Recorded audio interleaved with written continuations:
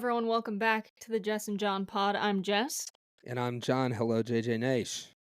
and this is a podcast where we talk about the news and the economic divide in our country. John is a reporter. I'm a reporter, journalist. We're out in the field. We're making social media posts about the work we're doing, covering stories that matter for the working class in America and corporate corruption and all of these things. And then we met because we were both doing the same shit. Yeah, and now we're here talking about that with all of you, our friends, our JJ Nash. Yes, we sometimes both commit serious acts of journalism here, but we talk about it on the pod pretty loosely. So welcome to it. Welcome to it. We talk about the news, we talk about what we've been focusing on and reporting on, and we try to keep it casual because I feel like that's what I want out of media these days. I think people are sick of the buttoned up media, so For we're sure. glad to be with you, JJ Nation. To help us grow and reach more people, please like, share, and subscribe. Yeah, tell the group chat about it. It's what all the kids are doing these days, even the defense secretary, you know what I mean? And we're going to be recording live for the first time next Friday, 11 a.m. Eastern. I think that's the time we lock down. Is that good for you, John? It We is doing that? now. Okay. So I wanted to start the show by giving a little Luigi update. Now, that by Luigi, I mean Luigi Mangione, of course. A Yes. lawyer for Luigi, according to Polymarket, is seeking to suppress evidence taken from his backpack during his arrest at that McDonald's in Pennsylvania. Now, allegedly, police seized the backpack without a warrant, and after stopping Mangione for looking suspicious, they detained him without reading him his Miranda rights. They did that like 15 minutes into the detention. Then they searched his backpack for the 3D printed gun, a fake driver's license, and a notebook, which were supposedly the things that link him to the murder of CEO Brian Thompson. Now, his attorney, Luigi's attorney, is arguing in court that this was an unlawful search and seizure of the backpack, and the evidence, therefore, should be thrown out of the trial. The disputed materials are pretty central to this case. We've all seen that very blurry security camera footage. Now, the traders on Polymarket are betting on this, and it is crazy to me that that is why I had this coverage pop up on my feed. Where is the Luigi Mangione coverage? Traders are predicting an 8% chance that the judge will declare a mistrial so far. Um, so if those who are currently predicting yes and have bet on that, they could see a return of 1,150%. Because Americans like to gamble, we're getting Luigi Mangione updates. It's not being covered by mainstream media like the fucking Menendez brothers or whatever.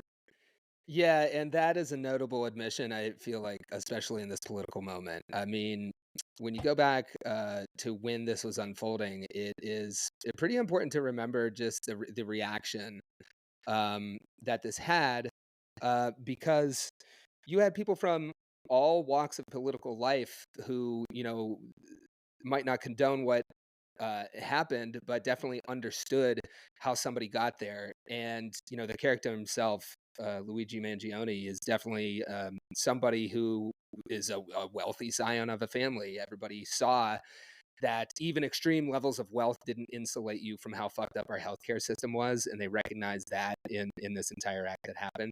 And here we are months later, after such a significant reaction in this political moment, where we needlessly are captives of this healthcare system in the richest country on earth, when scores of smaller, less wealthy nations are managing to provide healthcare for their citizens, and yet there's almost no news coverage from this in mainstream outlets. Also, I think it's really important, the point that you led with in all of this about the process and the Miranda rights. It is important to uphold those right now in this moment too, as all of those things, fundamental pieces of our Constitution, are under assault by this rogue administration, who is cracking down on free speech, who is throwing the basis of our legal system out, who's running this country, like a mobster, and turning all of the um, parts of our state against the people that they don't like. In a trial as big as this, it's really important to remember that we have laws for a reason. How perfect is it though that Luigi Mangione's trial could fall apart, and Luigi is someone they really wanna just throw the book at. Is that what they say? Throw the book at them when they really wanna put them in jail and they don't like them? I don't Oh know. yeah, I think that still holds Uh-uh. up. We had Eric Adams doing his big perp walk and everything. They wanna get this guy out. The ruling class hates what he stands for. But how hilarious that just cops doing their job poorly and being lazy could It's be gonna fuck up the the ruling class. They're thing like, that hey, they're like, the police, you guys exist so that we can like quell an uprising, against our insane level of wealth. We're gonna need you to like read those Miranda rights, people. And the cops are just like, I don't know. I'm gonna rifle through his backpack at a McDonald's. Yeah. Yeah. Amazing.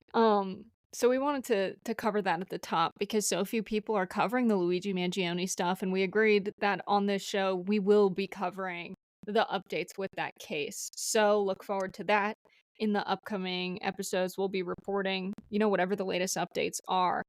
And we And We yeah, we usually do we've done in the past a petty wins segment, and we were thinking about that before we did the show today, and I realize now that the cops failing to read Luigi Mangione Miranda rights as they are going through key evidence is definitely my petty win this week. that's such a good one. Okay, I'm gonna come up with mine by the end of the episode. We Nice. also wanted to talk about our latest recession core, and I will say, John, we were watching Love Island last night, just getting some Ah, good trash TV in, classic. and the girls were dogging on a new girl that came to the villa, a new bombshell, The and Villa. they said, "She's blonde with roots," which basically Oh, means, like, the hair has grown in a bit and she naturally has darker hair, which is common, but something that is coming back, I was explaining to my boyfriend, is recession hair, which is blonde with root shadow, so you can let it grow in and you don't have to pay for another, like, bleach and tone for a while, hey, and even celebrities are getting it, so it's, like, coming on trend because of the recession, but, like, the trend is permeating into the wealthier people who can definitely afford multiple blonde appointments. hey, blonde with roots is a trend that never left the Ohio Valley, baby. So you're welcome, celebrities. We've been doing that. We've been on that. Just like we've My been in a culture's permanent not your recession. costume. Yeah, exactly, yeah. Put some respect on our name, baby. We've been in a recession in the Ohio Valley since the '80s. For some reason, when I say blonde with roots, I think of roots like homegrown, like I'm blonde with some roots. Yeah, yeah, that too. Oh god. Okay, so we really need to talk about what the fuck is up with the Dems What's going on with those because Dems?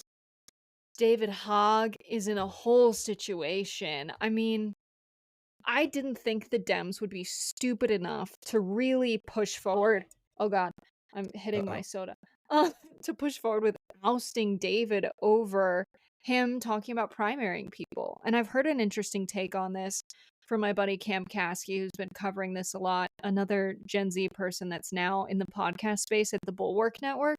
And he was saying, David Hogg has a PAC, and is he using his position within the DNC to fundraise for his PAC? Like, should this be a thing you can do? But I don't want to miss the forest for the trees here. While that's an interesting point, I think more importantly, the Dems just don't want the party to change. They want the old men to be in charge. Yeah, for sure. I mean, it's an insistence upon neutrality when, that's being used against the corporate core of the establishment, but then, of course, the corporate core of the establishment is free to not be neutral in nearly all other situations with, a pretty endless list of examples to go on there. And I think people are right to be worried about it, because we are stuck in this two-party system as long as we have these winner take all elections. We only really have one major political party to get us out of this mess. And everybody's looking around like, okay, some changes are going to be made, right, guys? And then you've got like, a nice, moderate, acceptable young person coming in here and saying, hey, can we have some competition? That's all he's asking for is just competition. And, the answer is a big, fat, resounding no.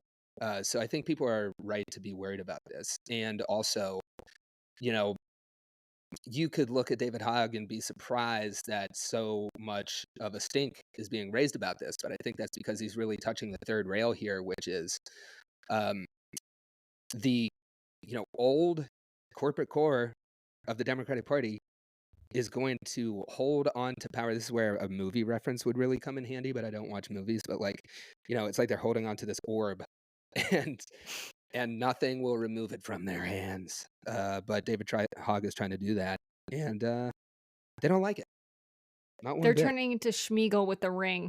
That's it. God. Okay. Precious. Yes. The Ring of Um, Power. We all have to that's throw that that's what fucker into Mordor. it's crazy now that David Hogg's getting slandered by all of the people that are buddy-buddy with the establishment of the party, and it's weird because I thought David Hogg was more of a normie, and now what's his choice after this? If he really gets ousted from the DNC, think about what that does emotionally to a person. We are going to see David Hogg potentially be on the side of a political revolution, which wasn't on my bingo Oh, card. I can see the memes with the David Hogg laser eyes. What's that Mhm. meme called with like the Joe Biden laser eyes? This could be good for us. I think Dark so. Dark Hog. Dark Hog. We yes. And it's like a black pig with red eyes. Oh man, that goes so hard. That, that Oh goes my so god. hog. But I think what we should turn to is perhaps this James Lee interview. I swear I've met James Lee in person. I don't remember where. Maybe when I was living in LA. This is a really good interview, though. And we'll play it for you. Basically, he's saying Bernie and AOC are shepherds of the Democratic Party to quash any real momentum for an independent or worker aligned movement. And the more he made the case, the more I was like, yeah, probably. Yeah. We could go down that path, right? And I think maybe we're at the breaking point where if we don't see some action soon, I will accept this thesis, John. I think it's right to worry about it. There's a lot of talk on the internet. Uh, Everybody kind of knows, with good reason, that the Democratic Party, as it stands today, is like a graveyard for progressive ideas. And we're talking about like mainstream progressive ideas, not even like things that would be considered more left about asserting control over the means of production. You know, um, you have a long way to go to get to that place where much more moderate ideas run into the Democratic Party and they die. So I get it. It is a good thing to worry about, a good thing to critique. At this point, when we really need an opposition party to develop, we need to be pretty vigilant about that getting squandered. Um, I have a couple thoughts on this. I mean, first, it's credit where it's due. Bernie and AOC, to me, are head and shoulders above 90% of the Democrats out there when it comes to working class representation. I don't think we can just, at this point, throw them out for their imperfections because they are the best starting point that we have. But if the plan is to just stick with the Democrats, yeah, I'm going to be worried. Mm. Obviously, look at David Hogg, moderate guy, asked nicely, is getting tossed. And that's what happens when you trust this party too much or give it too much slack. But we have seen Bernie and AOC hinting at more than just sticking with the Dems. They've been in legacy media endorsing people to run and win by any means, including running as independents against the Democratic Party. That's something that Bernie built his whole life around, coming to power that way. But we need that to be more than just hints and headlines. If they are serious about reorienting this party around labor, people who have to work in the morning, recovering that base, which is what has got to happen, then they've got to make winning by any means a feature of their public presence, not just a footnote of it. I think running independents makes sense in every red state. It makes sense in every state that's trending red. We talk a lot about the results that Dan Osborne put up, but let's hear that nonstop from Bernie and AOC. I think excellent people and candidates are in the wings, ready to step in, but running that way is different than when Bernie did it. It is harder now. There are more entrenched interests, people with money rooting against you when um, you do that. Any wave of candidates that's going to come up, and we need a wave of them, they're going to need air support. They're going to need real support from people like Bernie and AOC, and they need to be part of a narrative that is coming from their events, that we are out by any means necessary to reorient a major American political party around labor. And that includes running independents against this party. It includes brutal primaries where the party's still alive. And so we've seen a hint from that from Bernie and AOC, and I'm looking for that to really scale up to, make me worry less about running into the buzzsaw of the Democratic Party. Yeah, it's so weird being from Iowa where, like, I have so much hope because of Dan Osborne staging a run in Omaha and Nathan Sage already running. If you listen to that interview that we put out for JJ Nation last week, Excellent, by the way. he talked about being labeled a radical and really seeing himself more as a revolutionary because big things need to change. Systems need to change, but it's not extreme to say billionaires shouldn't run the country. It's extreme and radical to say billionaires should run the country and the economy, right? So I agree with rejecting the idea of radical. It's not extreme to say a government by and for the people should actually have representation for the working class. It shouldn't be just 2% of people in Washington that come from the working class. So I get my hope from that. And we haven't had a fighting the The oligarchy oligarchy. tour come here. But I certainly don't see Schumer drawing crowds in Utah. So it's possible that we can do as Nathan said we should and tear the Democratic Party down to its studs and rebuild it up, which is a great analogy as the daughter of a builder. But I think yeah, are AOC and Bernie going to fight against that or support it is the main question now. Are they going to support independent candidates like Nathan? Well, he's a Democrat. He's running as a Democrat, but he certainly does not have the backing of a lot of establishment Democrats that I've talked to. People who are more aligned to the Chuck Schumers and Nancy Pelosi's and moderates of the world. They're not fans. And so it feels like a what side are you on type of moment in American politics, especially on the left. Never goes out of style. And yeah, I think it's No. pretty telling. I think it's pretty telling that the reaction to a thoroughly working class guy with the lived experience of Nathan Sage, um, people viewing him as radical is pretty telling about what is normal in this world of politics. It's normal to have people from the elite running things, and when they see a guy coming up like that, they're like, "Oh my gosh, this is radical." But we've completely lost our way if working class people running this country is a radical idea. I reject that. And yeah, back to we started talking about Bernie and AOC. I think the real concern there, shepherding all of this movement energy into the Democratic Party, that is definitely something to keep an eye on. But I think we shouldn't let that um, distract us from the other big concern, which is that it can't just be two people carrying this movement energy. They really need to. We need the political revolution Bernie's been talking about for his whole career, and we need the two people at the head of this movement right now to call up the next generation of those leaders. That's what I'm much more worried about. I think they're capable of doing it, and I want to see it grow into that from this point. So you would say you think we need a Labor Party, John? Oh man, do we ever? Speaking of candidates jumping into this race from a labor perspective, I was happy to see just one such candidate enter the race. This is for the Attorney General of Colorado, and I'm going to butcher this guy's name, but it's David Seligman. You can tell I read it and I didn't hear it. But he's out with a tweet. He's running for Colorado AG. This is an office that has a lot of power over the corporate interest in any given state.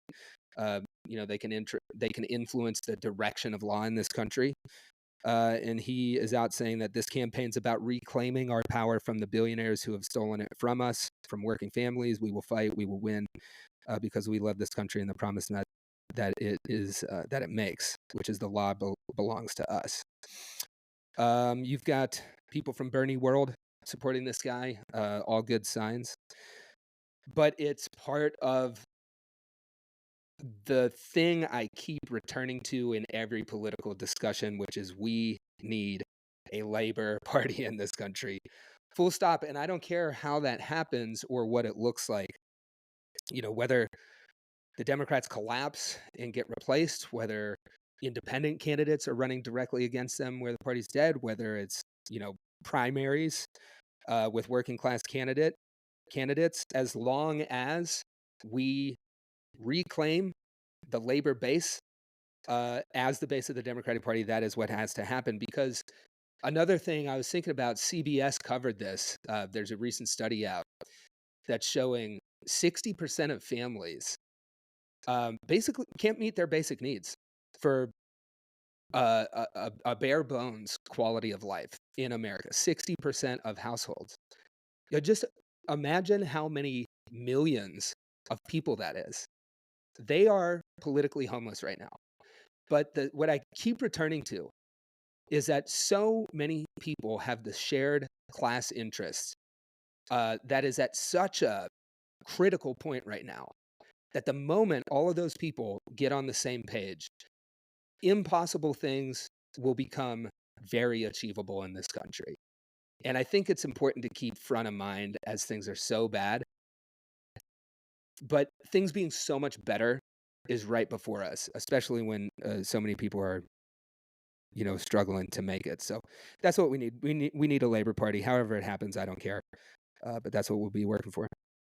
Right. My dad, has been a builder. That's been his job for most of his life. And it's so funny talking to him about the world and politics because we get into it. And I am someone who went to trade school for agriculture, right? I didn't think I was going to college. And so I ended up getting on the debate team in high school and doing well because within the FFA, I was public speaking about corporate farming. And I was like, Let's well, go. maybe instead of studying something like ag related in college, I'll try to study political science so I can go to law school. Because I heard from my friends on the debate team with rich parents that that's what you do, political science and then law.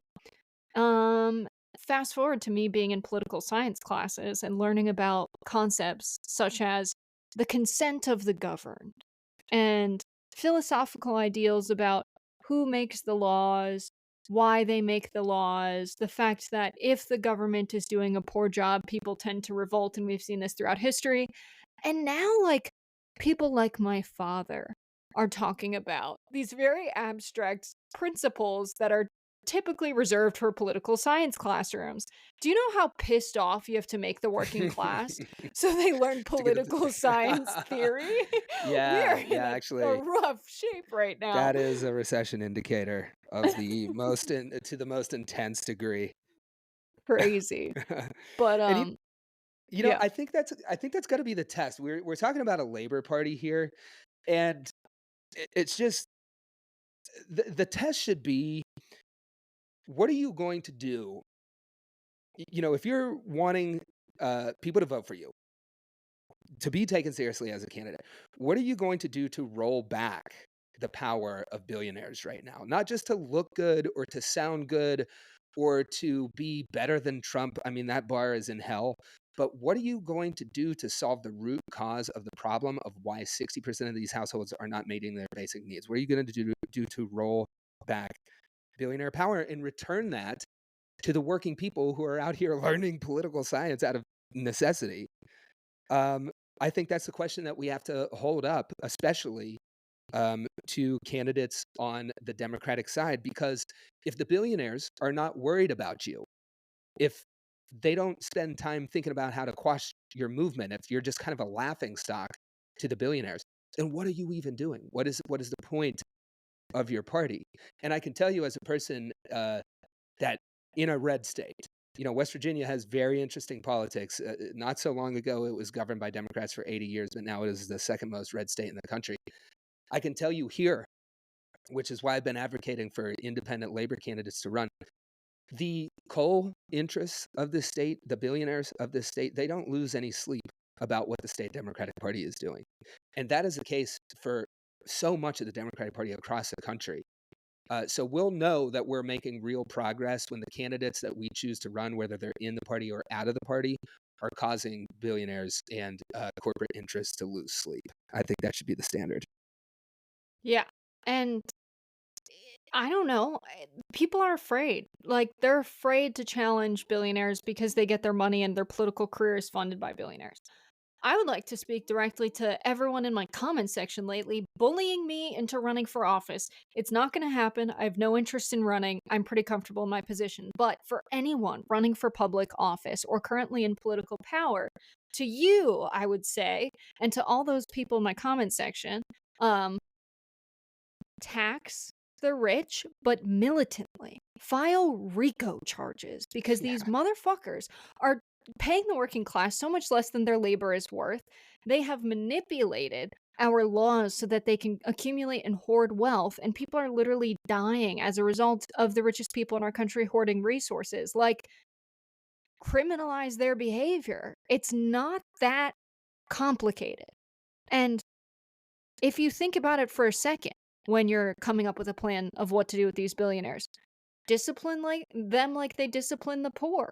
Someone who is poor, who is in the street smoking weed, and the police see them and they're a person of color or they're in disheveled clothes or something, they're getting thrown in prison. Then they're spending their life doing contracted labor for less than $1 an hour in a lot of cases, and that's their life in America. That makes no fucking sense. Why do we not treat the people that actually create the conditions that produce poverty as the real criminals that they are? And I'm not sure why we don't see more candidates running on that, because I think it could actually be quite popular. It's another great standard. I mean, we need an equal and opposite reaction to the Trump regime right now. And I think so many of my takes, they boil down to not having that, from the opposition party. I think, and I'm speaking to, Democratic primary voters here too. We need somebody who's not just going to be nice to look at and be nice to listen to, that can string a sentence together.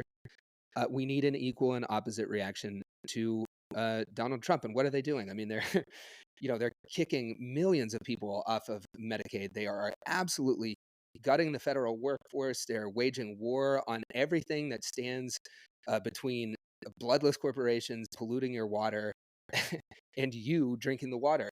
Uh, for every assault like that they make on our public services and our ability to control our lives, we need an opposition movement that is meeting that and exceeding that in the opposite direction of turning power back to people.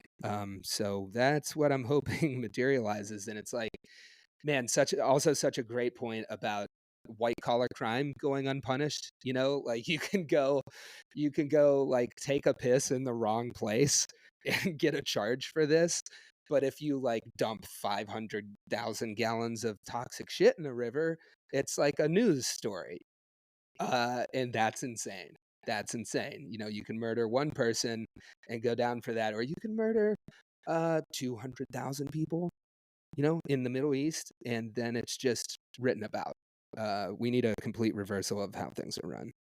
Yeah, not for nothing. This is why Luigi Mangione is popular, is because the guy that he allegedly is accused of Allegedly, yeah. killing is, someone who is in the position of potentially, maybe you'd call it white collar crime. We call things white collar crime if they're disconnected, from the person that they impact or indirectly kill. But, like, if you're in a company that is polluting the river and a bunch of people get cancer and die, why is that not considered a violent crime?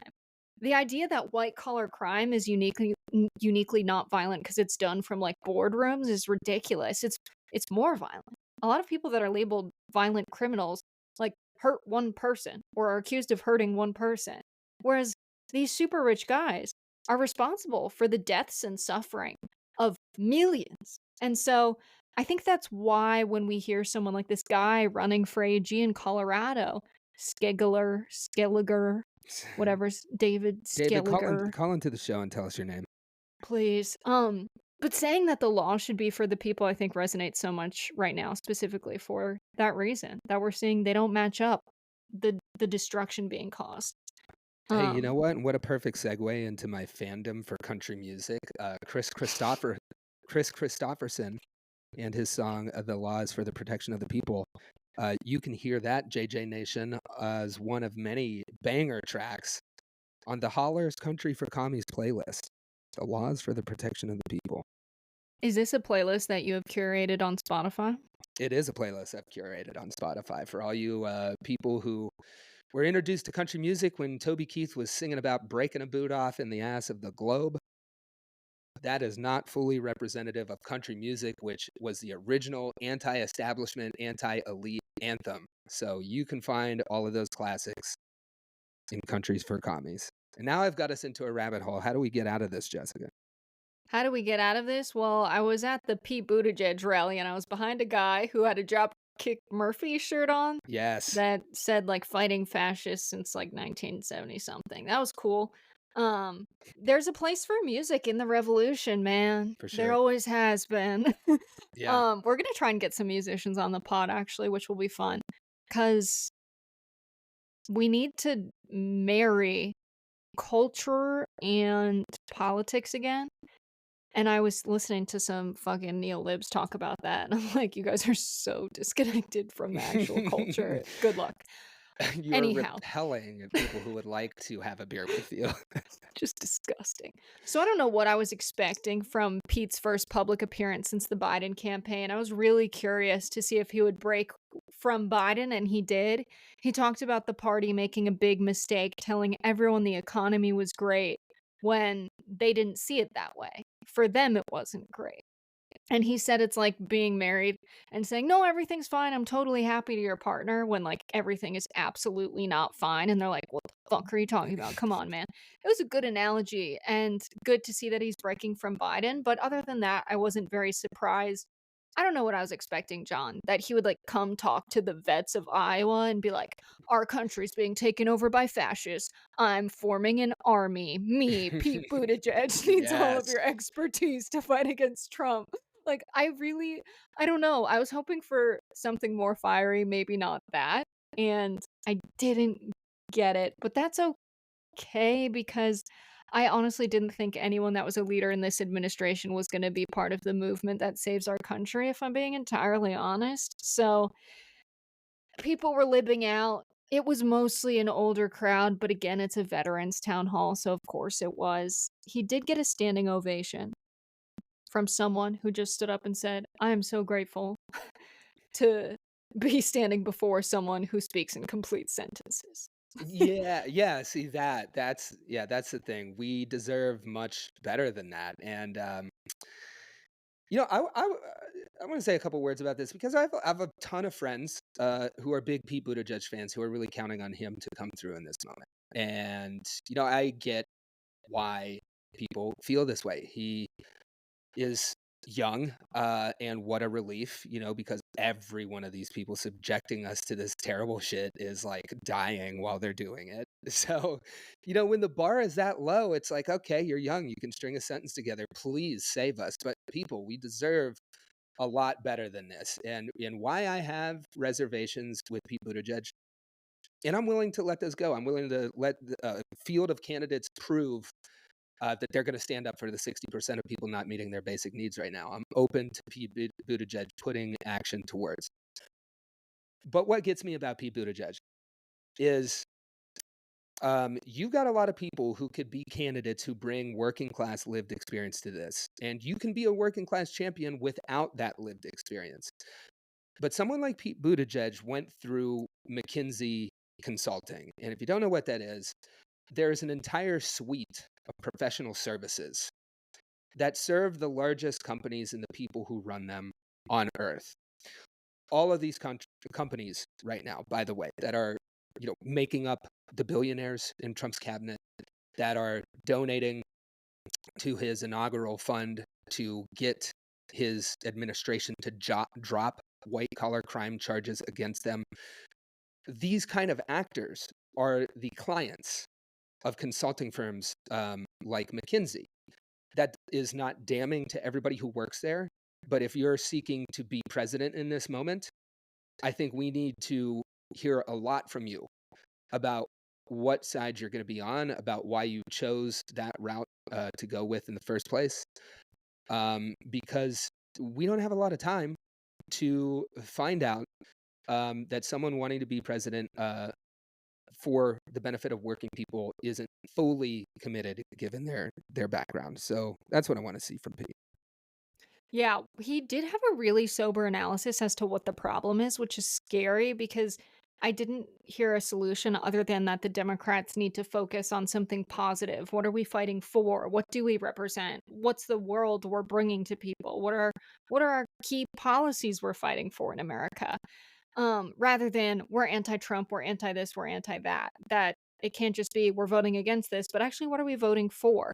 And I was kind of like, okay, yeah, that's true, but like that's kind of why I came here because I wanted to hear what you Yeah, think it should be as leader of the party. yeah. And I didn't get that, but he did give this really sober analysis that the Democrats are counting on them getting in office, them being Republicans, Trump, and essentially they screw things up. People get mad at them. They want something else. They vote for Democrats. And he basically explained that that's how Dems operate, which I was kind of like, is he off the dome right now? Is he going to get in trouble for saying that? um, but yeah, I think he was off the dome because at one point, we know this man was in naval intelligence, I believe, and was in Mm. Afghanistan. He took too many pauses in this one story where he was talking about playing fantasy football with Afghans. He was like, they love fantasy football. I would, sit down and the Afghans went by the numbers because they didn't know much about American football, but they loved it. And we thought we could outsmart the statistics and we would pick different teams so they were better than us at fantasy. But he paused a lot. And I was like, what information is he leaving out? Was this like an intelligence operation where they needed to maintain contact? And their method was fantasy football. Like, if we just get them in a league, get these guys in a group chat, they'll always come back and talk to us and share intelligence. But so we might have been off the dome. I don't know. Fantasy football, the one of the many tools of the CIA, it turns out, for enforcing control on populations. No, I think Pete Buttigieg is obviously a very smart guy. Uh, so you were talking about kind of the things that were left out, which really stands out to me when you're dealing with somebody who's clearly smart like Pete Buttigieg is. If you're that smart, you know, we know that you have an analysis of the problem here. Um, so it's really important when people like that to pay attention to what they leave out. Because when the problem is so clear, when wealth concentration, when you chart it out, the 1% is dwarfed by the 0.1%. This is something Pete Buttigieg knows, and he knows how that power works. So is he talking about that first and foremost as the thesis, as a reason for his campaign? And if he's not, that raises major questions for me, because I think one of the things the Democratic Party does all the time is there's been it's like, I'm not a Cleveland fan. I mean, fuck the Browns, right? Pittsburgh Steelers all the way. But I can understand the pain of Cleveland sports fans. There's a lot of losing that happens, and in that way, they're very similar to the Democratic Party. So when something comes along and it works, like Bill Clinton or like Barack Obama, for like decades after, the party just gets in this loop of trying to copy the last thing that works. And I think that's happening with Pete too. He comes up here in the tip of the spear that he's leading with are these things that these talking points that we hear from the Democratic Party, and it's like, okay, he's standing up there and he is showing us that he knows that we know that the Democrats don't talk about what they're for. But we already know that. And what we need to hear from you, Pete, a very smart person, is your analysis of power and how you're going to roll it back away from the billionaires and to the working people. I just don't hear that enough from Pete Buttigieg. To all of my friends who are waiting on Pete to save us, that's my rub with him. Yeah, it's so true. There was hardly any questions about labor, which speaks to the audience that he draws, the very sort of middle class, few tax brackets above the audience at the Fighting Oligarchy tour. He did get a standing ovation, very loud applause for talking about Trump's tax cuts for the rich and how we need to actually make sure the rich are taxed and that that money goes towards, paying for making sure no child goes hungry, education. He listed a few things and that's good, but you can't have 60% of the country not meeting their most basic needs and not have survival be the number one issue in the richest country in the world. There's something terribly wrong. And so they were living it up. They're not the only ones. There's also the Ezra Kleins of the world living it up hard right now, thinking So that the hard. solution to the political divide is appealing to the audience that is anti regulation at a time when Republicans are trying to repeal the fucking Clean Air Act, okay? We can't even agree that the air we breathe should be clean. And you're thinking deregulation is the move, which is absurd. Yeah, to fill this out a little bit more, if you haven't followed this, Ezra Klein, New York Times columnist and king of the nerds, definitely like a nerd of you know, mid 2000s to like 2015 variety. He's in there with Matt Iglesias, Oh, they yeah. they kind of like pioneered this like nerd counterculture where they're like everyone around us is so dumb, but we're like focused on the granular things that are like realistic and pragmatic. And so he wrote a book about this called Abundance, where I think the thesis is like, hey, we need an agenda that produces abundance for everyone. And like, yeah, that sounds pretty good, but we have abundance all around us. I mean, the amount of money that's concentrated at the top of the economy, if it were simply distributed, would be enough for a utopia beyond what anybody could imagine. We have regular problems like 40% of the agricultural production of this country going to waste before it ever reaches people's tables. There is abundance all around us. What we do not have is a political system that distributes it. And we see this show up all the time in statistics about America.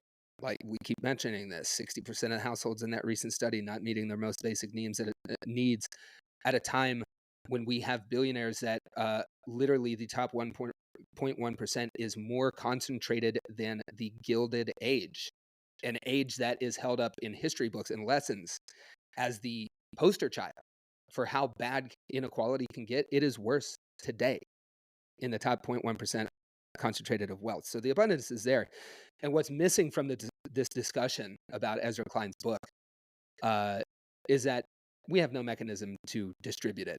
I think his focus, on the details of why we cannot build public housing or why it costs so much more to build public housing than market-based housing. He gets it way down into the weeds of, government bureaucracy, which is true. There's a nugget of truth in every lie, right? But he focuses on all these things, the little bureaucracies that hold these housing projects back from being built.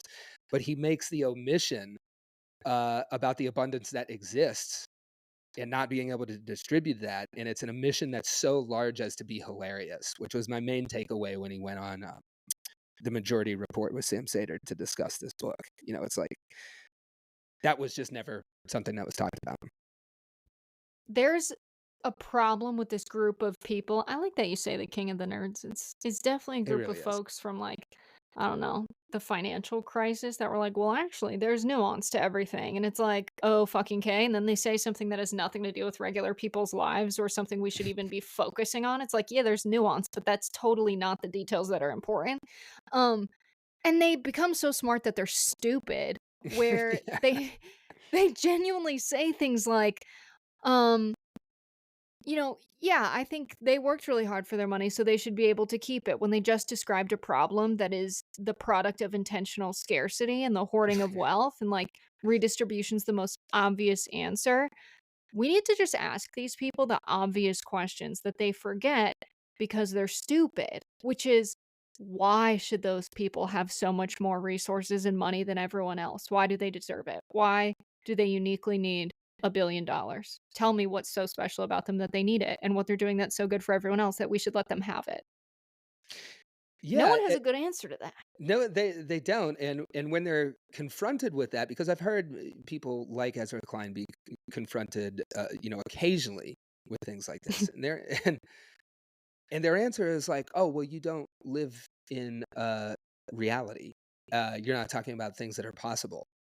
But isn't that the moment that we're at right now? I mean, this is what I always come back to. It's like the choke point right now for society, we're at a peak of innovation and technology. We're at a peak of knowledge. We know how to solve all of the problems. We know how to get energy from where it's being generated by renewable sources to places where the sun doesn't shine. We know how to build these power grids and things. It's not a problem of knowledge or innovation. It's a problem of political will.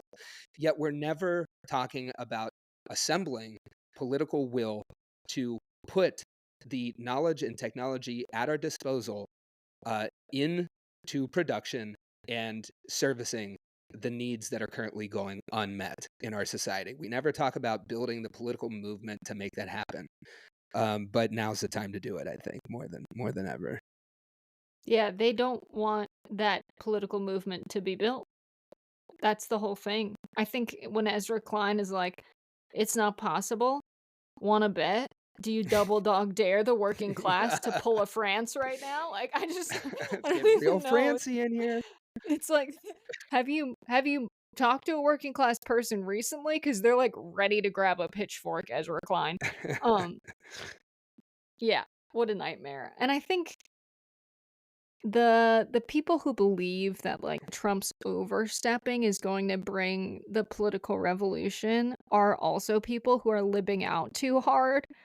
No one's gonna be so mad at Trump driving around in his hundreds of millions of dollar plane that they take action. People are not surviving. It will be a movement out of a demand for survival and getting so fed up that they're stuck making ends meet with scraps while the rich are driving around in their yachts. Like, it's not gonna be, "Oh, big man stupid." No, I don't think so. Big man, Orange stupid. Cheeto, Oh god, so please. corny. Yeah. Jessica, Alright. should we check in on the downward spiral that we're all kind of engaged in this country? Yeah, and I'm not saying it's not bad. I'm just saying I don't think it's gonna be the thing that brings the political revolution in America when Yeah, there's so much else going on. But nevertheless, the downward spiral is it not is. looking so good. So habeas corpus, um, being under threat, being suspended. We have Christy Nome, like, really talking about this. I mean, it pretty much is suspended when you have the detention of people in the United States who are just being racially profiled as being migrants. ICE is going into bars in downtown Nashville and just going into the kitchens and arresting people. Habeas corpus comes from the Latin phrase, like, to have the body. It literally means, like, arresting someone without a lawful premise. And we're seeing it all across America. Now, Donald Trump enjoyed the due process of law very recently, right before he became the president. He had a full trial, he had appeals, but for some reason, when it is someone who is a person of color in America and a white supremacist is in the Oval Office, you have habeas corpus totally being ignored. The need for probable cause for arrest, the need for due process of law, and people are being taken off of the streets, taken out of their jobs. Yeah, not a great development, not a great development from from the people who are, so fucking horny for the Constitution. How many times do we hear that? And they're like, "Hey, Mhm. we're so horny for the Constitution that we're gonna suspend it." Huh? Yeah, who could have saw that coming? But, I think, it's worth pointing out how these people operate too, because what does it look like in the run up to something as extreme as, like, suspending the keystone of our Constitution, trial by jury, the right to stand up and say that the government is full of shit. That is every American's right. And that's what they're talking about getting rid of here to pursue their political agenda, which is very retribution based. But it takes a while to get to that point, and we've been on that path. And what it looks like is, it's built on lies. It's built on deception. Uh, in this whole campaign, you had one word that they were really focused on: invasion. We are being invaded from our southern border. How many times did we hear this repeated on the campaign trail as Donald Trump was, on his rise to, a badder version of himself? But that was all to manufacture consent for the end game, which is this. Uh, this suspension is all based on a law from 1790, whatever the fuck. The Alien Enemies and Invasion Act. You can tell this is an act of very serious journalism with how I'm talking about these facts. But the whole point is that they have to spend years manufacturing consent to do these crazy actions by talking about things that are not happening, like an invasion at our southern border. Are we being invaded? What are the people doing who are invading us? Oh, they're doing all the jobs that are key to corporations making a shit ton of money because they pay the people who are invading us below market wages to do jobs that nobody else wants to do. And by the way, after people do these jobs, uh, immigrants as a population are paying into our tax system at rates that are much higher than the corporations who are exploiting their labor, which oftentimes pay zero federal taxes. So the whole thing is garbage. And I guess the takeaway is that as you hear this garbage come out of their mouth, realize that the pile of garbage can grow so large over 2 years of repeating something like this that you can get to the point where the president is talking about suspending a key part of American law. So that's what's happening. Not great. And the ideology behind this is pretty obvious, but it just got a whole lot more obvious because an ICE agent, James, also called Jim Rodan, he's a prosecutor for ICE in Dallas, Texas. He's been running a white supremacist X account. Glomar Responder is the handle. He said things like, America is a white nation founded by whites. Our country should favor us. That was last month. He also said, all blacks are foreign to my people. Mm, This is insane. Like, yeah. the fact that this is someone who voluntarily signs up to work for ICE just makes so much sense considering how ICE has operated in the country and what they're up to right now. And it's starting with the targeting of like brown Latino people in America, but it's progressing to people who are enemies of the white supremacist agenda. And people like Nikki Glazer have been questioned when re entering the country. Oh, you're a comedian. Do you make jokes about Trump? What kind of jokes are those? Hassan was detained and questioned about his news content if he criticizes Trump in that content. So if you're an enemy of the president in America, that's supposed to be like really cool and protected in like the first few amendments to the Constitution and our Bill of Rights. And he's starting to come for people who just disagree with him. I was talking to a friend who is a citizen of the United States but was not born here. She became one. And she's saying she's not even interacting with content online that's disfavorable to Trump because she's afraid. That's where we're at. That's Yeah. not good.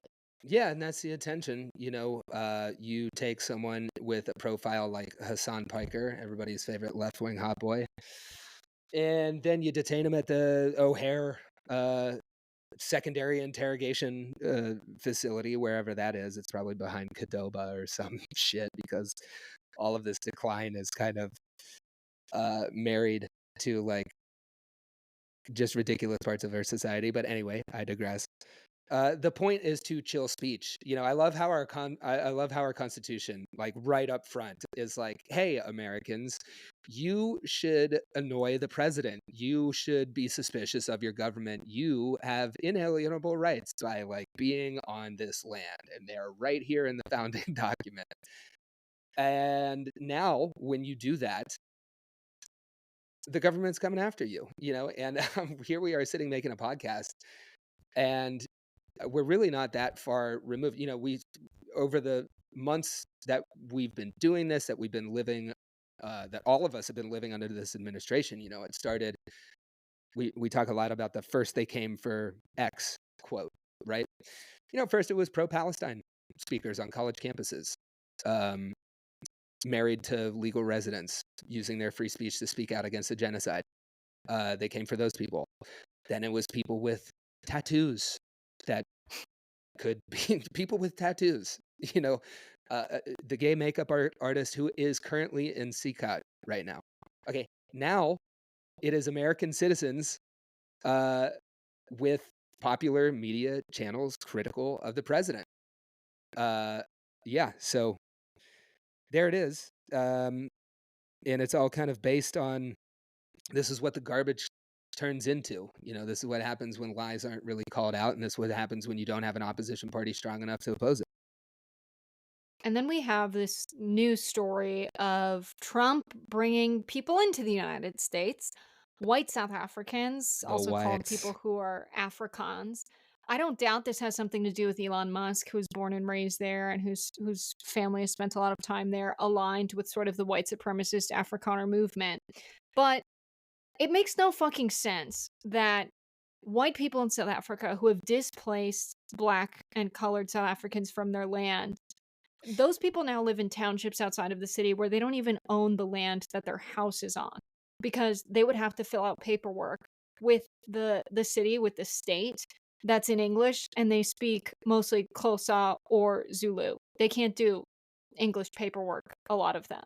And that's why they don't own the rights to the land they live on, so it can easily be taken, and it is frequently taken by the white settlers in South Africa. If we were to roles reverse this and say that in Texas, people don't own the rights to the land they live on and it's being taken by Mexicans, um, that's kind of how they talk about immigration, as if they're being displaced.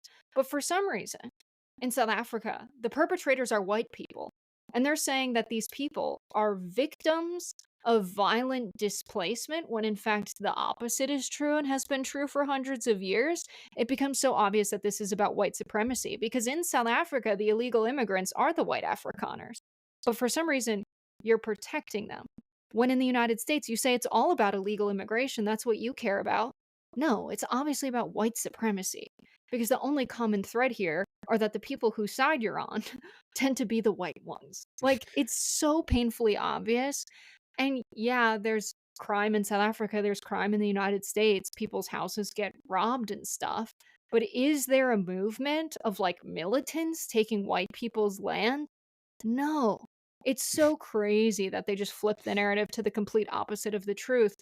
And people don't know what's going on in South Africa and the United States. They don't know where to get good information on that, so they're just taking the president's word for it. Yeah. And sometimes folks, even as a person who does occasionally do serious journalism, I will say, it is safe to believe your gut sometimes, especially when it comes to Donald Trump and all of his friends. It is safe to assume that whatever he tells you is a lie. It is safe to assume that white South African people are doing better than black South African people, in spite of what the president says. It's safe to assume these things. And while all of this is going on, Donald Trump just got gifted this $400 million jet. This is insane. This plane is huge. But John made the really good point, and I want to make sure we don't forget it, that it could be totally bugged. Yeah, yeah. This is a gift from a foreign government. There's a clause in the Constitution about that called the emoluments clause. It's full of all kinds of fun words that are really important. Habeas corpus, emoluments. Trump is just like, yeah, I'll take all that shit, But yeah, this is a foreign government um, gifting the president of the United States a $400 million plane. And this has been covered in mainstream media, but who's to say that it's a foreign government? Okay, uh, load that shit with bugs to advance your nation's interests against the imperial power of the world, right? Like, who's not going to do that? Yeah. And just another installment of the insane corruption of this administration that goes totally uncovered. This is, a very valuable gift that can be transferred directly to Trump. That's the important part to keep at the top of your mind. There are mechanisms to do that, and that's what will happen. They're Um, calling it the Palace in the Sky. nice. It was a gift from Qatar. That's important. I'll say that why in a second, but, like, who lives in a palace? Royalty. You know who's not royalty? The fucking president of the United States. That's, like, our whole thing. That's, like, I our founding principle I is that want there's no royalty. I want him to be on Spirit Airlines, okay? I want the president he can fly first, but on Spirit Spirit Airlines. Airlines is the only way our president travels. If anything else is the case, then we got it wrong, people. Seriously, get a hold of And he should be yourselves. well liked enough that there's no security threat for him to fly with everyone on Spirit. That's what I'm saying. That's the test, is It's the test. whether or not you can TSA is enough for every American to be safe, including the president, and Take the your shoes president off, Mr. can safely President. fly. Um, but also it's interesting to consider the potential of bugs on the plane and that Qatar has been hosting a lot of the peace talks with what's going on in Gaza, just like how enmeshed we are in the ongoing genocide with this other country who gifted him the plane. Um, Yeah, I and mean, that's crazy. it is crazy. And you know what will never happen, of course, is just putting the shoe on the other foot. I mean, could you imagine if Hunter Biden got a $400 plane from Qatar? Okay. All Obama has to wear a tan suit. Uh, Hillary Clinton can, arrange the destruction of her primary opponent over emails and various other things that become career-ending scandals. But this, no, not a chance. All Hunter Biden did was have a perfect phone call. No, Perfect. I mean, I don't think the president's son should be getting jobs at significant foreign companies that they have no experience in. Like, I Hunter Biden was not an energy expert. Did they need specifically Hunter Biden's legal expertise? Probably not at this Ukrainian company. I agree that it's weird, but oh my God, have some consistency. When the corruption is Yeah. happening, doesn't matter what political party they are in or their parents are in. No one wanted to talk about Jared Kushner's donations from Saudis to the hedge fund. Like, they got it's not a donation, it's an investment. What the fuck ever. Oh, yeah. But they're gonna make a ton Listen. of money off of that money. So, to some degree it is. And no one was like, "Hey, maybe this has something to do with the Iran deal being called off, that, I don't know, an ally is now giving a bunch of money to Jared Kushner, who's responsible for a lot of these diplomatic relationships while Trump was in office." It's just crazy how the hypocrisy is always there. Yeah, and But I it's not wanna like talk about what's that? No, I'm gonna move on to our fun thing after this, which I'm excited for, so Oh, let's move on to that fun thing. I'll just bookend us by saying when we're talking about corruption in the Trump administration, it's not like we're absolving Democrats from this. We are ruled by a horribly corrupt political elite. It's just that the standard for that is set so goddamn high by the Trump administration. What fun things are we getting into to bookend this tailspin that we're all on? okay. So, we have our first reality TV show president, and Yes. I would expect nothing less from his cabinet. Kristi Noem has been reported to be entertaining a reality TV show in which immigrants in the United States can compete for citizenship. Now, DHS has said that Ugh. Noem didn't actually know about this. The reporting comes from the Daily Beast and the Daily Mail. The Homeland Security, the Department of Homeland Security, has been working with the writer and producer of Duck Dynasty to produce a Oh reality show yeah. called The American, where there will be a string of challenges across the country for the honor of fast tracking their way to US citizenship. Now, here's why I don't believe DHS responding to this story and being like, Christie's not talking about this, it's not real. Is because the Daily Beast directly talked to the Homeland Security Assistant Secretary, Tricia McLaughlin. She directly told the Daily Beast that the show's concept is under consideration. She did say Noam reviewed the pitch in question, or she denied that Noam reviewed the pitch in question, the concepts in the beginning stages of the vetting process. And so they intentionally made sure Noam hadn't reviewed it. So if this had a negative public reaction, then they could say, well, it's not for real. We just read a letter. They were totally considering this. If the assistant secretary of this huge federal agency directly talk to the press about it. That's called floating the idea. That's called testing the results with the public. It's a known tactic in the world of policymaking. And I think this was actually fucking for real. Unfortunately, I America. I want I want to unplug all of these cords and go out into the street and scream until I die. Does anybody else feel like this? Also, to our listeners, write into the show, or anybody can do this. I will take a bet and do horrible, disgusting things if Kid Rock and Ted Nugent are not involved in this scheme in some way. I just know it to be true, because of course, these idiots are doing a reality TV show, most extreme elimination style, for Americans to compete for their right to exist, or be like somebody smashes a giant red button and you just like blast off into CCOT forever. Like, oh, Fucking Ari from Love Island just like, I'm sorry, you have been eliminated. You're going to El Salvador, pack your bags. see you later forever. Oh man, the depravity knows no ends. And of course they were having it serve their political agenda because I read the article and they were going to make it a whole thing about how these people really highlight why they love America so much and want to be an American. So it was also going to serve as like a huge propaganda machine, which is just more disgusting because it's like not only are you making people fleeing violence caused by American imperialism, okay, and they're coming here and they want to live a good and honest life, and you've made the process so lengthy to legally migrate to the United States that they're living their lives in limbo, risking potential kidnapping by ICE and deportation to a country that they're not from, being put in a prison and torn apart from their families. Not only are you going to say, okay, get in a ring and fucking compete, but also talk about why we're so great while you do it.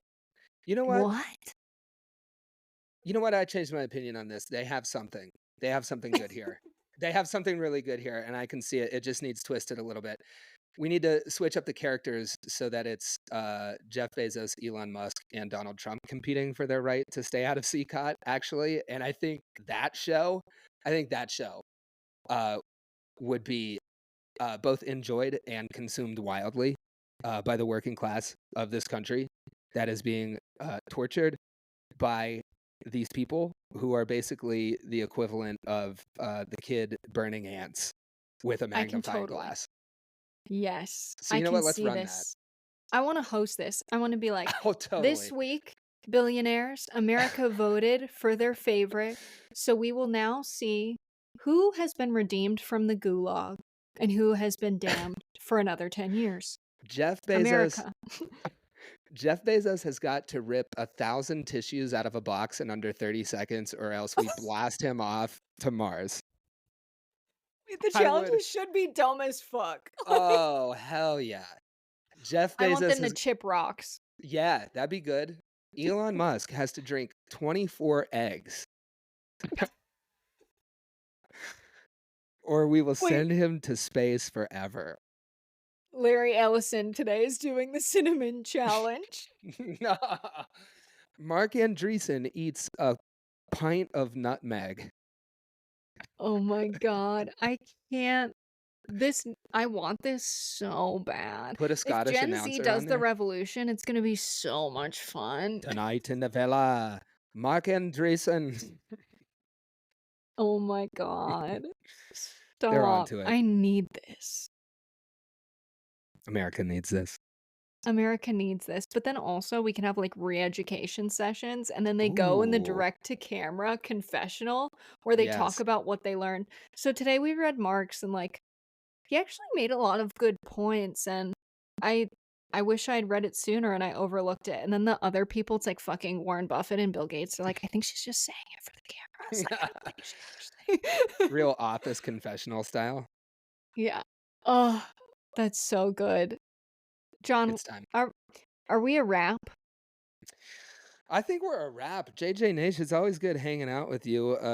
Don't forget, at the end of the day on this dystopian tailspin, If we all just have the light bulb go off at the same time, a beautiful world is within our reach, and we try to talk about the evil villains here standing in the way of that great pie in the sky, right within our grasp. And it's We don't been have an fun this interview episode. today. No interview. Yeah, we had too much to talk about, and I'm not even gonna lie, we didn't get to all of it. I came out with a new reporting on FEMA, a huge leak. I got like 10 minutes from the introductory meeting of the new Yeah. super unhinged acting director of FEMA, Richardson. David Richardson is crazy. And then I got 30 minutes from yesterday's town hall meeting. This guy didn't even know Texas was big. Let's start there. He was asked like if what's more important, the president's will or the interests of the American people? He said they're the same thing and then trailed off and was like, "Wait, what were the 2 categories again?" So, you can take a look at that at Drop site. We don't need to talk about it. You can read it on your own. Well, I don't think we're a wrap just yet because you can't just tease me with that nugget without talking about it a little bit. So Okay. this what is this, Jessica? Is your drop site piece about FEMA leaked audio? Somebody doesn't know how big Texas is, and somebody else thinks that the will of the president. Yeah, fill us in. It's almost hurricane season. This is the top FEMA official. The last guy, Cam, I forget his last name, was fired after giving congressional testimony where he was basically like, I think FEMA is an essential agency that should not be dissolved because the Trump's will and intent, which this guy, David Richardson, is laser focused on enforcing. He talks about it all the time. I am here to achieve the president's will and the president's intent. He goes on to say that that intent is to reduce FEMA only to what is absolutely required by the laws and statutes governing FEMA. And his goal right now is to define a new mission of FEMA, FEMA 2.0, that pushes every function that is not absolutely mandated by law onto the states. The states do not have the money for that.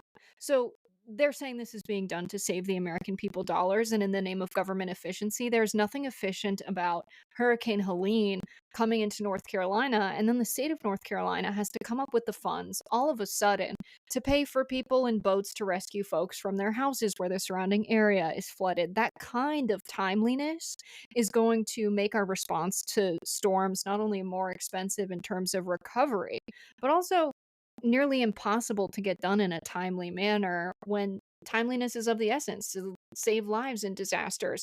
And so, God, they're really, really playing with fire if they're making these big changes ahead of the disaster season.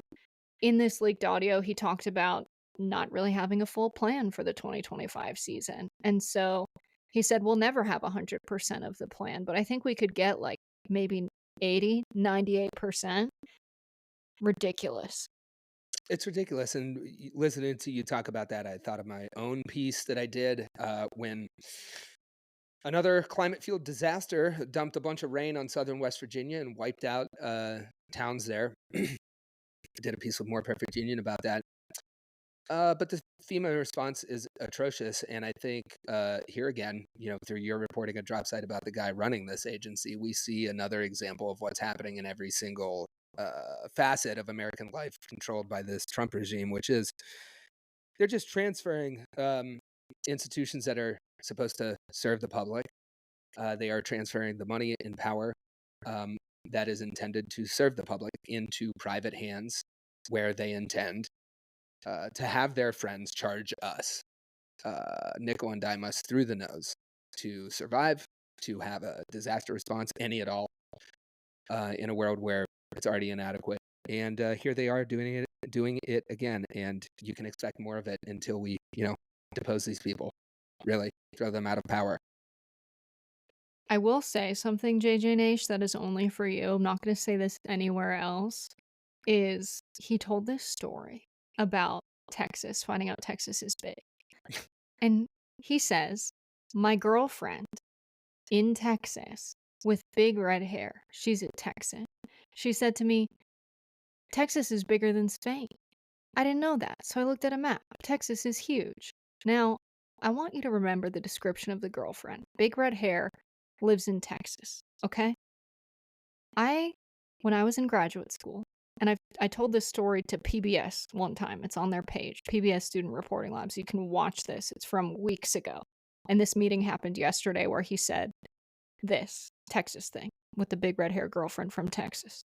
So I had this like mentor I looked up to, Angela Blanchard. She has big red hair. She runs the disaster relief organization Baker Ripley that organized a lot of the Katrina response.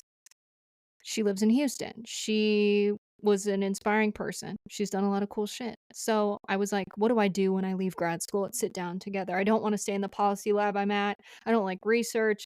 No one wants to make good policy. I don't want to work for Deloitte or McKinsey or any of that shit. And she's like getting frustrated because I don't want any of her connections. She's like, well, what do you care about?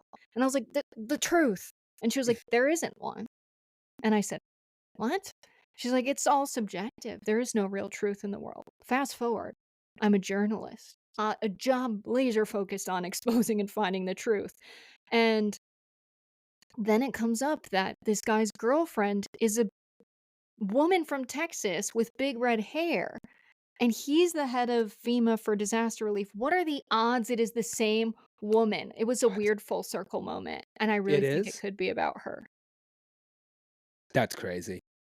Isn't That's that wild. crazy? I think we're in a simulation. None of this And shit I is was like, real. also, Dropsite News, where I put out my reporting, was mentioned when they threatened FEMA employees for polygraph tests for leaking to the press. And so what if he's just fucking with me? The layers go too deep, Nash. Yeah, it's funny. So I'm glad we got to that actually. We didn't beat our curse of going over an hour on these episodes, but maybe that's just what it is. And hey, you know what? Maybe you're listening at 1.5 times speed, and if you're doing that, congrats. You're better than all the other members of the Nash. Hell yeah. I love Hell listening on yeah. fast speed. I listened to a message from John this morning on 1.5 speed where he was watching baby birds and a robin was learning to fly and he was like, look at this little bastard. I stand by that, Robins need to be humbled. They need to be checked. Especially Oh, with the ability to fly. Who do you think you are, little bastards? that's amazing, John. I love that. I love calling cute things. We had a baby rabbit in the backyard, the little bastard. This little bastard. If I ever have some kids, a bunch of little bastards, I'm a bastard. My parents weren't married when I was born. That's the definition of bastard. I'm a little bastard. And that's a wrap, JJ Nash. Until next time, all you little bastards, go out there and reassert control over this place. Like how people have their audience community have a name, like the Giggle Squad is the Gigglers. Ours is the Yeah, Little little Bastards. bastards. Oh my god. Let us know if you like that or not. We could change it. Yeah, we're into the consent of the governed at this podcast. Thanks for listening, JJ Nation. Until next time. Bye bye.